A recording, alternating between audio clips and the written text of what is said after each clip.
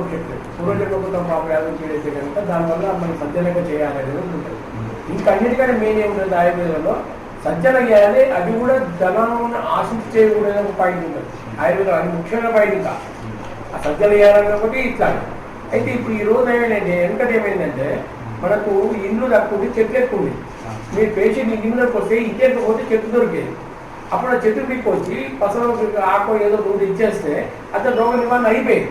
అయిపోయినాక ఆయన కృతజ్ఞతగా రోగం ఇచ్చుకుంటే అది వేరే విషయం. అంటే ఇప్పుడు ఇక మందు ఇచ్చేటప్పుడు వాడు పైసలు ఇస్తే మందు ఇచ్చారు కాదు, మందు అనేది ఇచ్చేయాలి. వాడు రోగం తగ్గినాక వాడు ఏం సమర్పించుకోవాలి. అట్లా ఇప్పుడు చదువునే చెప్పేయాలి, తర్వాత గురుదక్షిణ తీసుకోవాలి, మొదటి ఫీజు తీసుకోవడం కాదు. ఇవన్నీ ఇక్కడ పద్ధతులు ఉంటాయి.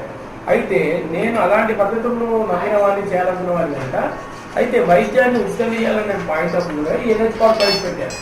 ఎన్హెచ్ కార్డ్ ఎందుకు వచ్చింది మాధ్యమ పాయింట్ అంటే ఇప్పుడు నేను మందులు ఇవ్వాలంటే నాకు పౌడర్స్ ఒకటి రావు, మెటీరియల్ కాస్ట్ ఏదైనా కాస్ట్ వస్తుంది. అయితే మరి వైద్యాన్ని ఇలా చేయాలి, ఇలా చేయాలన్నప్పుడు ఎలా చేయాలి మరి అంటే అది బయోఎన్హెచ్ కార్డ్స్ అనేది స్టార్ట్ చేయాలి.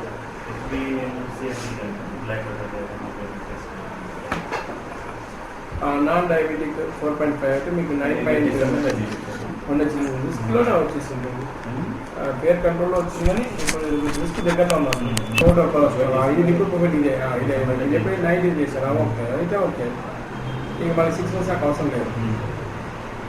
మన కొలెస్ట్రాల్ ఎక్కువ ఉంది చూసారా, ఇదే షుగర్ కలిగించేదే ప్రాబ్లం. ఇది కొలెస్ట్రాల్ ఎక్కువ ఉన్నది. హెచ్డి కొలెస్ట్రాల్ కూడా కొంచెం నార్మల్గా ఉంది. ఇది LDL cholesterol okay, serum triglycerides 780 ఇది చాలా ఎక్కువ చూసాను. ఏది హెచ్డి 55 వరకు వెళ్ళాలి, ఇంత కూడా దాన్ని ఏమిటి ఇచ్చారు కదా. సో ఇప్పుడు ఈ కొలెస్ట్రాల్ కూడా ఎక్కువ ఉంది. వీటిని తగ్గించడానికి వాయిస్ టాబ్లెట్లు ఉంటాయి, మీరు తర్వాత వాడలేదు. ఇప్పుడు మొత్తం ఇది దీనికోసం ఏం రాశారు మరి? టోటల్ కొలెస్ట్రాల్ తగ్గడానికి ఏం చేశారు, ఏం చేశారు మీకు?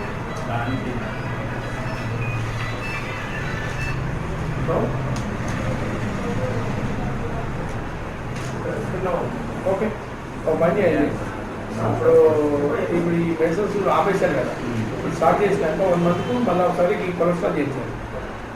ఇది కట్టడానికి వస్తే పర్లేదు, ఓన్లీ షుగర్ టాబ్లెట్ ఒకటే కానీ ఇవన్నీ వీటన్నీ చూసి రాశాడా?